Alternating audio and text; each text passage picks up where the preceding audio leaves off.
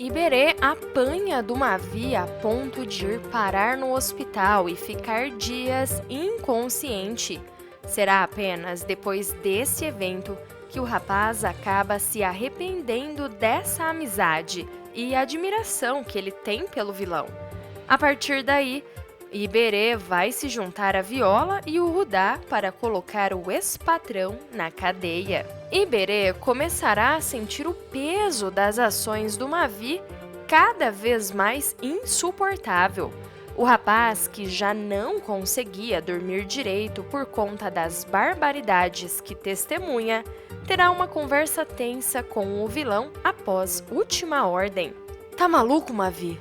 Isso é coisa de gente sem alma. Você quer que eu encomende a morte do Rudá? Eu não vou fazer isso. Iberê dirá com a voz vacilando entre raiva e desespero. Mavi, com um olhar frio e cortante, responde: Vai sim. E sabe por quê? Porque eu te dei tudo. Sem mim você não é ninguém, Iberê. Ou faz o que eu tô mandando, ou vai pro olho da rua. E vê se vai ter alguém para te estender a mão. Será nesse instante que Iberê percebe que a sua lealdade cega ao ricaço o levou a um abismo. Mas, mesmo diante dessa ameaça, ele resiste. Pode me mandar embora, me humilhar, o que for. Mas isso, Mavi, isso eu não faço. A recusa deixa Mavi possesso. Ele bate na mesa com força e, sem conseguir conter a sua fúria, ele grita: Aê, Iberê! Você vai se arrepender. Vai se arrepender se me virar as costas. Com essa ordem de eliminar o Rudá, o Iberê sente o coração gelar. Um nó na garganta o impede de confrontar o Mavi de imediato. Ele se afasta lentamente, como se precisasse de um tempo para digerir de tudo aquilo. Ah, Mavi, isso é demais. Eu não consigo. Sua voz vai sair até que baixa, quase como um sussurro, enquanto encara o chão evitando olhar para o chefe. O Mavi impaciente retruca: Consegue sim, consegue. Não é como se você fosse puxar o gatilho. Você só vai pagar alguém para fazer o trabalho. Não é difícil, Iberê. Mas o rapaz não consegue segurar o conflito interno. Apesar de todos os desentendimentos com o Rudá ao longo dos anos, a lembrança da Moema ensinando o que era certo e o que era errado começa a martelar na sua mente. Ele sempre quis proteger a tia que tratava o Rudá como o filho perfeito. Por mais que a convivência entre eles fosse complicada, Iberê nunca desejou algo tão extremo. Você não entende, Mavi. O Rudá pode ser um idiota, mas ele é meu irmão, cara. Iberê explode de raiva e o medo mistura na sua voz.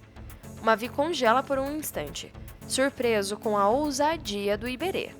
Depois, com um sorriso frio, ele diz: Irmão? Desde quando isso importa, hã? Eu achei que você fosse leal a mim, Iberê.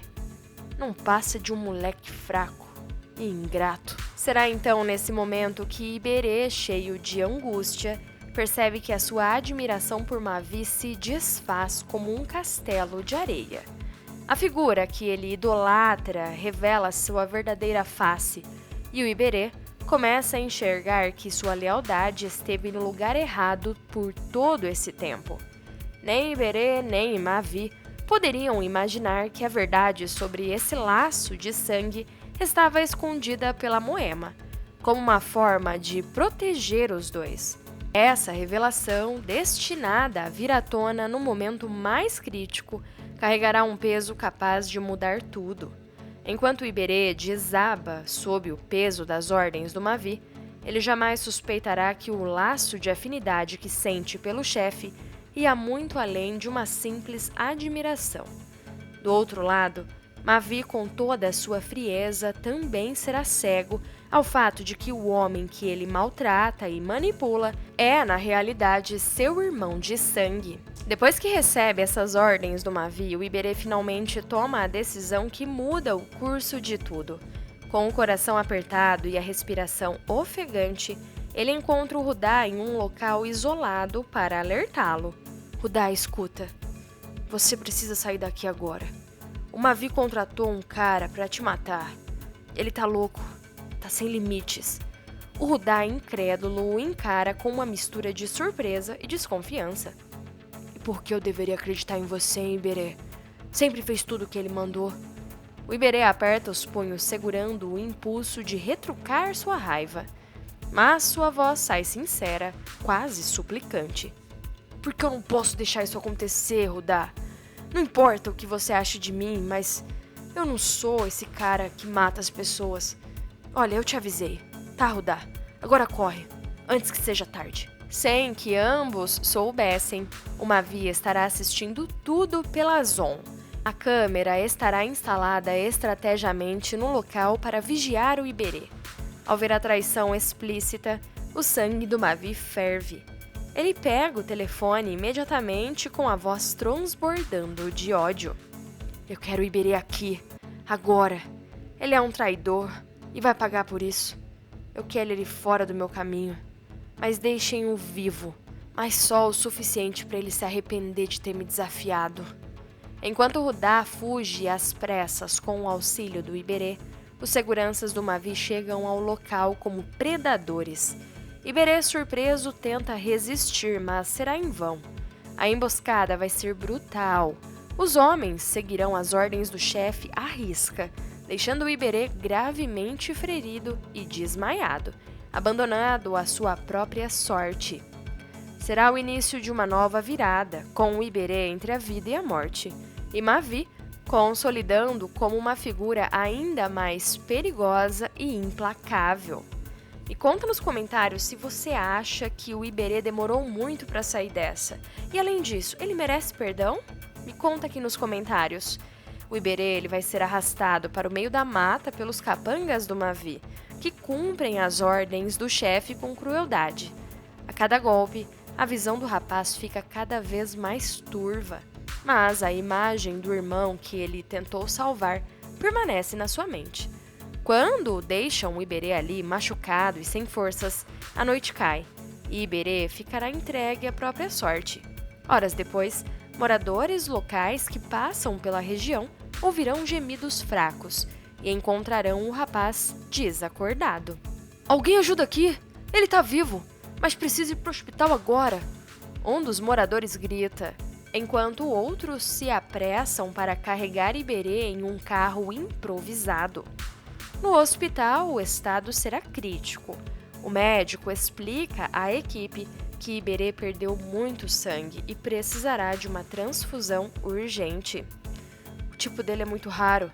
Precisamos localizar parentes ou qualquer pessoa compatível o quanto antes, dirá o médico com um tom sério, enquanto enfermeiros se apressam para buscar alternativas. Será nesse momento que Nahum e Mércia, com expressão preocupadas, chegam no hospital. Somos compatíveis. Vamos doar o sangue, salvem nosso filho. Mércia diz com a voz trêmula, mas firme. A equipe médica será surpreendida com a declaração, mas o foco vai ser salvar o Iberê. Após o procedimento, quando o rapaz estiver fora de perigo e em recuperação, a revelação cai como uma bomba. Vocês estão dizendo que são meus pais? Iberê pergunta com a voz fraca, ainda tentando processar tudo. Mércia, segurando a mão dele, explica emocionada. Sim, meu filho. É uma longa história, mas chegou a hora de você saber de toda a verdade. Nahum completa. A gente nunca quis te abandonar. Na verdade, a culpa de tudo foi minha. A Mércia também não sabia de nada. A revelação abrirá uma nova jornada para o Iberê, que além de enfrentar um trauma do ataque e as mágoas com o Mavi, terá que lidar com essa inesperada reviravolta em sua própria história. Após dias de luta pela vida, Mércia e Nahum ainda estarão do lado dele, tentando mostrar apoio, mas o jovem se sentirá dividido. Vocês têm ideia de tudo que ele fez? Ele tentou me matar. Ele destruiu a minha vida. Iberê desabafa com lágrimas de raiva e frustração escorrendo pelo rosto. A Mércia, visivelmente abalada, tenta consolá-lo. Filho, nós entendemos sua dor, mas você precisa saber que o Mavi também foi vítima. Ele cresceu sem amor, envolvido nesse mundo. Não justifica. Iberê contará com a voz embargada. Ele fez a escolha dele. E agora eu tenho que viver com isso. Eu cresci achando que o Rudá era meu irmão. E olha só onde isso me trouxe. Agora eu descubro que ele é meu verdadeiro irmão. E é o homem que quase tirou a minha vida. Quando Mavi recebe a notícia de que o Iberê é, na verdade, seu irmão, ele será tomado por um misto de choque e culpa que nunca havia sentido antes. Pela primeira vez, o vilão, sempre frio e calculista, se verá vulnerável diante das próprias ações. Como assim? Iberê é meu irmão? Ele pergunta, incrédulo, encarando Mércia e Nahum, que se esforçarão para manter a calma. É verdade, Mavi. Você e o Iberê são filhos do mesmo sangue. Nós fizemos escolhas erradas no passado. As palavras sairão soltas, ecoando na mente do Mavi como um martelo. Ele se lembra de cada golpe ordenado contra o Iberê, cada palavra cruel que proferiu, e sentirá o peso de tudo como nunca antes. O Nahum tentará se aproximar, mas o Mavi recua como quem não quer consolo. Não! Não vem com essa história de redenção. Eu já perdi tudo. A confiança dos meus pais, o amor da minha mãe. Agora, nem isso eu tenho mais. Eu sou um monstro. A cicatriz do Rudá pode revelar um parentesco que ele não está esperando, pois Hugo, depois de um procedimento estético, descobrirá que não tem só a Bruna de filha, mas o Rudá foi fruto de um romance do seu passado. Afinal, os dois têm a mesma cicatriz. Durante uma conversa casual, a Viola vai observar com atenção a cicatriz na sobrancelha do Rudá. E sem conseguir conter a curiosidade, ela pergunta: Rudá, e essa cicatriz aí, hein? De onde veio? Surpreso, ele desvia o olhar por um instante antes de responder. Ah, minha tia, ela sempre diz que foi um tombo que eu levei quando era pequeno. Mas sei lá, ela nunca entra em detalhes, sabe?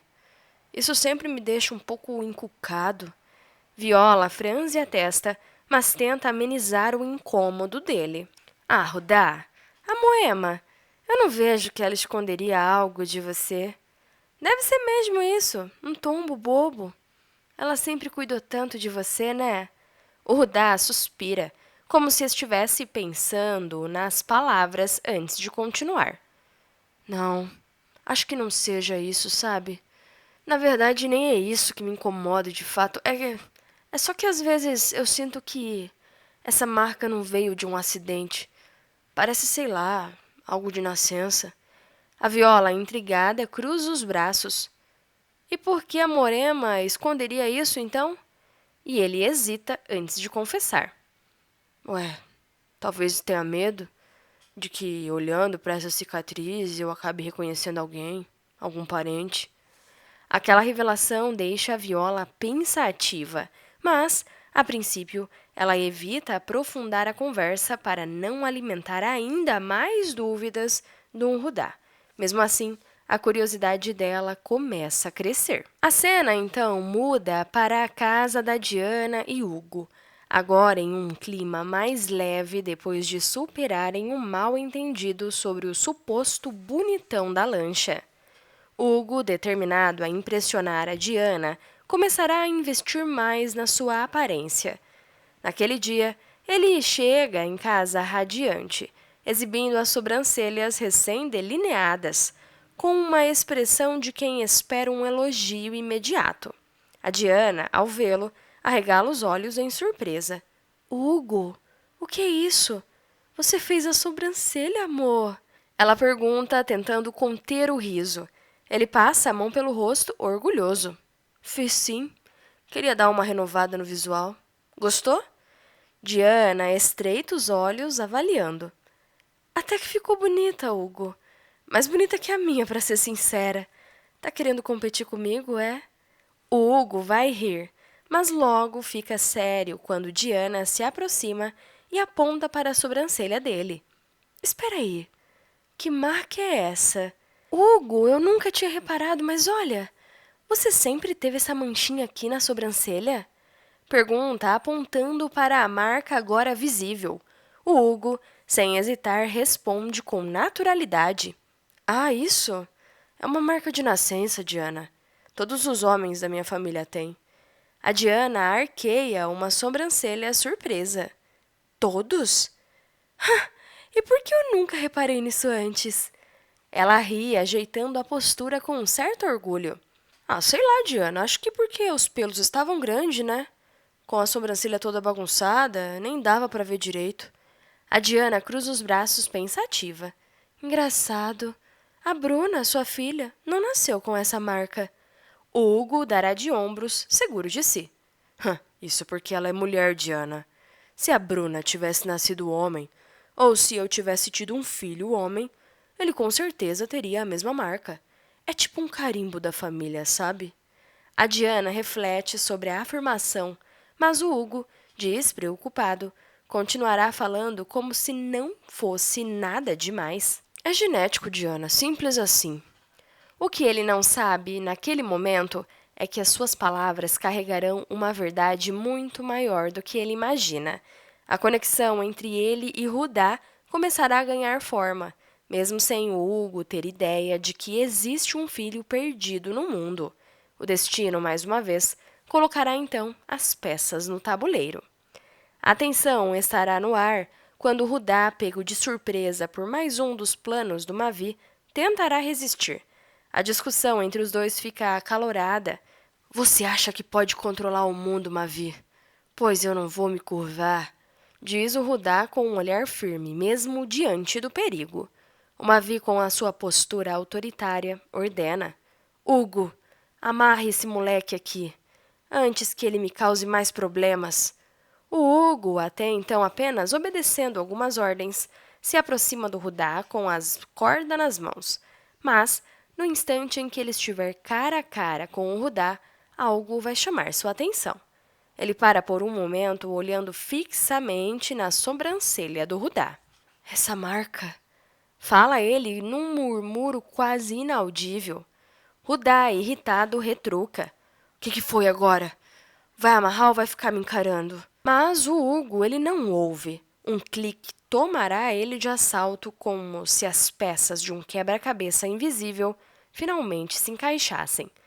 A mesma marca de nascença que ele carrega com tanto orgulho agora está ali, diante dele, no rosto do Rudá. Não pode ser, diz o Hugo, mas para si mesmo e não para os outros. Uma via impaciente interrompe. Ô Hugo, tá esperando o quê? Faça o que eu mandei, rapaz. Mas o Hugo estará imóvel, perdido nos seus pensamentos.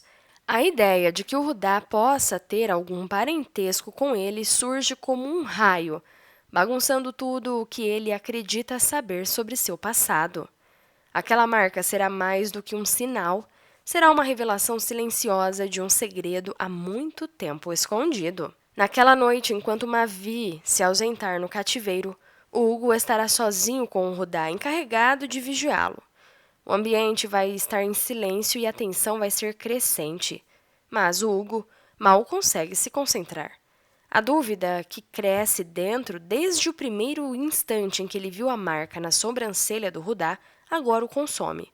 Após olhar ao redor, certificando-se de que estão sozinhos, Hugo se aproxima com um tom baixo e começa a desamarrar o Rudá. Ei, o que você está fazendo? O Rudá pergunta confuso enquanto se mexe para facilitar o trabalho. Preciso falar com você.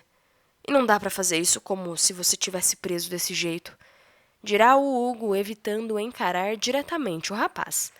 Assim que o Rudá estiver livre, ele se levanta rapidamente com uma postura desconfiada. Tá querendo o que agora? Outra armadilha? Mas o Hugo balança a cabeça visivelmente incomodado. Não, rapaz. Eu quero saber da sua cicatriz. Essa marca na sua sobrancelha. De onde ela veio? O Rudá estreita os olhos surpreso e pergunta. O que tem a minha cicatriz? A minha tia sempre disse que foi um tombo, mas eu nunca engoli essa história. O Hugo dá um passo para frente apontando para a própria sobrancelha, onde sua marca é idêntica ao do Rudá. Eu tenho uma igual. É de nascença. Todos os homens da minha família nascem com isso. Você tem certeza que não sabe de mais nada? O Rudá o encara com expressão confusa, misturando-se com uma fagulha de curiosidade. Tá dizendo que a gente é da mesma família? Como assim? Eu nem te conheço. O Hugo respira fundo, parecendo tentar organizar os seus pensamentos. Eu não sei ainda. Mas essa marca não é coincidência. Se você não sabe, então tua tia sabe. A gente vai ter que descobrir isso juntos. O silêncio pesado entre os dois vai ser quebrado ao som distante de passos. O Hugo rapidamente sinaliza para o Rudá. A gente continua isso depois. Porque, por enquanto, finge. Finge que aí tá preso. E com rapidez, o Hugo volta a amarrar o rapaz, mas agora com nós frouxos, prontos para desfazer caso precisem agir rápido. A tensão cresce, mas algo estará claro para ambos. Aquela conversa está longe de acabar. Depois de um tempo, ainda muito intrigado, o Hugo começa o interrogatório. Sua tia Moema, né? E a sua mãe? A pergunta pegará o Rudá de surpresa. Ele hesita antes de responder. A minha mãe, ela morreu quando eu ainda era um bebê. Nem cheguei a conhecer direito. O nome dela era Lúcia.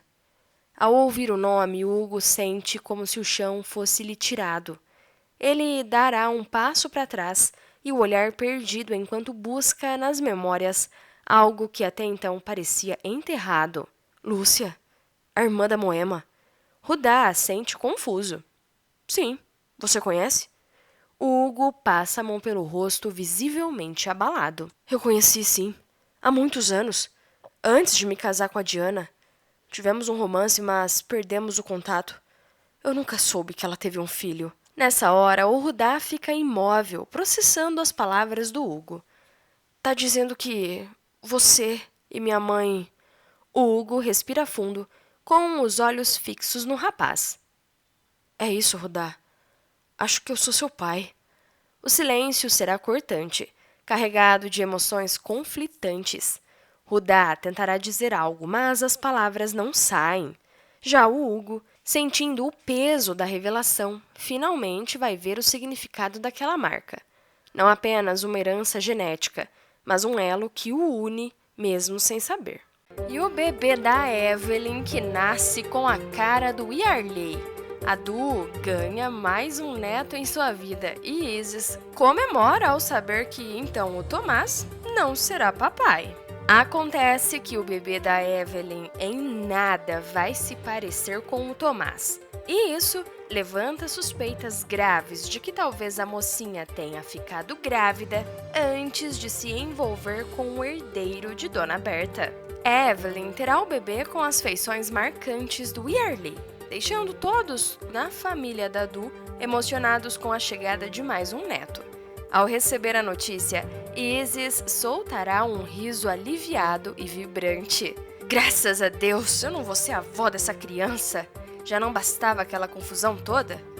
Porém, a aparência do recém-nascido gera burburinhos inevitáveis. Depois do Tomás renunciar à fortuna da família e se mudar com a Evelyn para um barraco na favela, a jovem enfrentará dias difíceis. Entre fraldas improvisadas e panelas vazias, Evelyn repete exausta. Ai, Tomás, não dá mais. O que vamos fazer quando o bebê precisar de leite e a gente não tiver nem pro pão? Mas o Tomás estará firme na sua decisão, sempre respondendo com uma calma irritante. A gente vai dar um jeito, Evelyn. Dinheiro não compra nossa paz. Porém, tudo muda no momento em que o bebê nascer. Ao segurar o filho nos braços pela primeira vez, Tomás fica paralisado, sentindo o peso da responsabilidade. Ele ainda fala baixinho, com um olhar perdido. Meu Deus, ele depende de mim. Evelyn aproveitará o momento para pressioná-lo.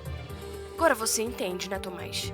A gente precisa de mais do que amor para criar nosso filho, Tomás. Esse será o ponto de virada para ele, que começa a reconsiderar suas escolhas. O Tomás sempre acredita que a sua decisão de abandonar a herança da família seria um ato de coragem, e um caminho para ensinar ao filho os valores reais, como o esforço e simplicidade. Ele repetirá para Evelyn cheio de convicção: Eu quero que o nosso filho cresça sabendo o valor do trabalho, Evelyn. Eu não quero que ele vire mais um prisioneiro do luxo vazio. Mas com o tempo, ele começará a notar algo que o inquieta profundamente. O bebê não terá nenhuma característica que lembre ele ou a sua família. Observando o filho enquanto ele dorme, Tomás desabafa com a Evelyn. É estranho, né? Ele não tem nada a ver comigo, nem nos olhos, nem no jeito. Evelyn, visivelmente desconfortável, desvia o olhar, mas tenta disfarçar. Ai, Tomás, ele é só um bebê. Essas coisas aparecem com o tempo. Mas as dúvidas tomarão conta do Tomás. Sentindo que o seu propósito inicial está enfraquecido, ele confidencia a um amigo. Eu não sei mais se eu tô fazendo isso pela razão certa. E se esse menino nem for meu filho? Talvez eu precise de uma prova, um teste de DNA. Essa ideia começará a consumir o Tomás, colocando em xeque não apenas o seu propósito, mas toda a relação com a Evelyn. Escondidos, Lady e Shirley aparecerão no barraco da Evelyn numa tarde, disfarçado como visita de colega de trabalho da época que ela trabalhava na Dona Berta. O Shirley, com uma voz embargada de emoção ao ver o netinho, tenta manter a calma. Mas a Lady, ela não consegue disfarçar por muito tempo. Assim que seus olhos pousam no bebê, ela franze a testa e solta indignada. Espera aí! Esse menino não tem nada a ver com Tomás, Evelyn. Evelyn congela, tentando entender aonde a conversa está indo. Mas antes que pudesse responder, a Lady avança. Evelyn, me diz a verdade. Ai, Evelyn, você pulou a cerca enquanto estava com aquele riquinho? A mocinha arregala os olhos, completamente atônita. Do que você está falando, mãe? Shirley tentará intervir segurando o braço da Lady. Calma, mulher. Não é assim que resolve. Mas a Lady, completamente fora de si, continua. Não me enrola, menina. Isso aqui não é sobre você, não. Esse golpe pode desmoronar, e aí? Como fica? Evelyn, se sentindo encurralada, busca forças para responder. Mas o conflito entre mãe e filha estará apenas começando. Não, mãe, eu nunca traí o Tomás. Você acha que eu seria capaz disso? Tentando manter a calma, mas sem conseguir esconder o nervosismo, Evelyn continua. Talvez o bebê tenha puxado pro pai do Shirley, pro avô. Hein? Essas coisas acontecem. A Lady cruza os braços encarando a filha com desconfiança. E você acha que essa desculpa vai colar por quanto tempo, Evelyn? Porque a Berta e aquela Isis já estão de olho. A Lady estará certa. Dona Berta, sempre de nariz em pé, começará a comentar com a Isis. Engraçado. Esse bebê não parece em nada com o Tomás, não é mesmo, Isis? Será que ele parece com algum parente da Evelyn? Isis, desconfiada e impetuosa, decide tomar a questão nas próprias mãos. Sem contar a ninguém, ela compra um teste de DNA caseiro. Na primeira oportunidade, enquanto Evelyn estiver distraída com o bebê, Isis recolhe discretamente o material necessário e sussurra para si mesma. Eu vou descobrir a verdade, quer a Evelyn goste ou não.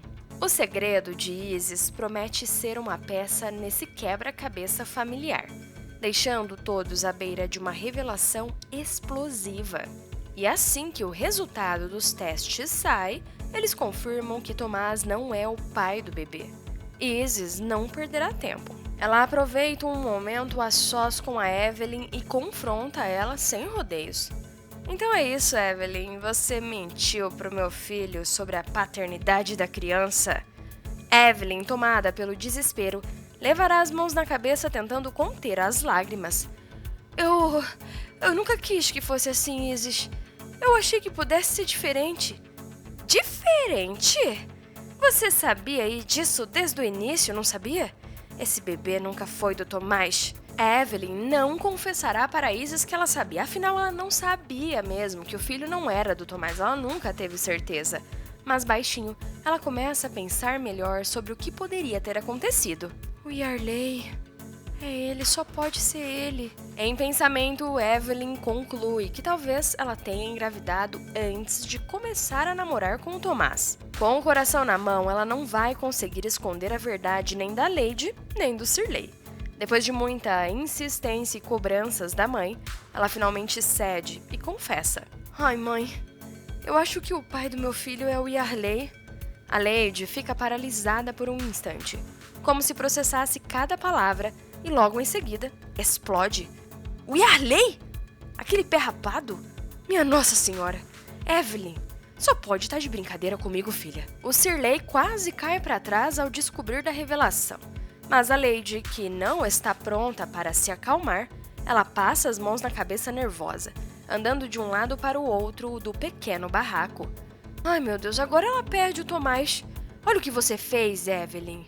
Olha o buraco que você se meteu, minha filha. Evelyn começará a chorar, mas ainda tenta se justificar. Eu não sabia, mãe. Eu achava que era do Tomás. Foi só uma coisa simples, uma coisa rápida com o Yarley. Shirley, mais silencioso, respira fundo, antes de olhar para Evelyn e dizer: Agora não adianta chorar.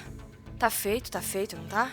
Mas menina, olha, se prepare, porque agora essa coisa não vai terminar bem. A revelação deixa a família em completo desespero, enquanto a sombra da verdade ameaça virar a vida de todos de cabeça para baixo. O Tomás, cada vez mais inquieto com o comportamento distante da Evelyn, abre seu coração para a Dona Berta, em uma conversa cheia de dúvidas. Ai, vó, eu não sei, mas parece que a Evelyn tá me escondendo alguma coisa.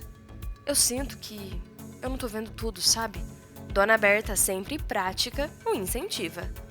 Você não merece viver nessa dúvida, meu filho. Eu vou esclarecer isso. Deixe comigo. Determinada, Dona Berta resolve confrontar a Evelyn pessoalmente. Ao achar o barraco onde eles vivem, antes mesmo de bater na porta, Berta ouvirá vozes exaltadas lá de dentro. Sem hesitar, ela entra e vê a cena. Evelyn, Lady e Shirley discutindo ferozmente como uma família. Lady, muito nervosa, estará dizendo para a moça: Como é que você deixou, Evelyn, chegar nessa situação? E Evelyn retruca: E você acha que foi fácil? Hein, mãe?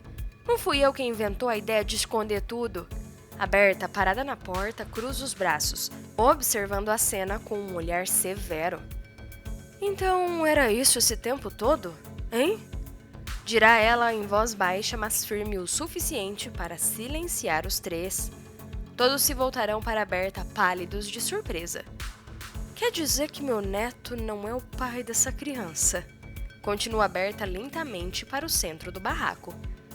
E para completar, minha empregada e meu motorista são, na verdade, os pais da Evelyn. Lady tenta justificar.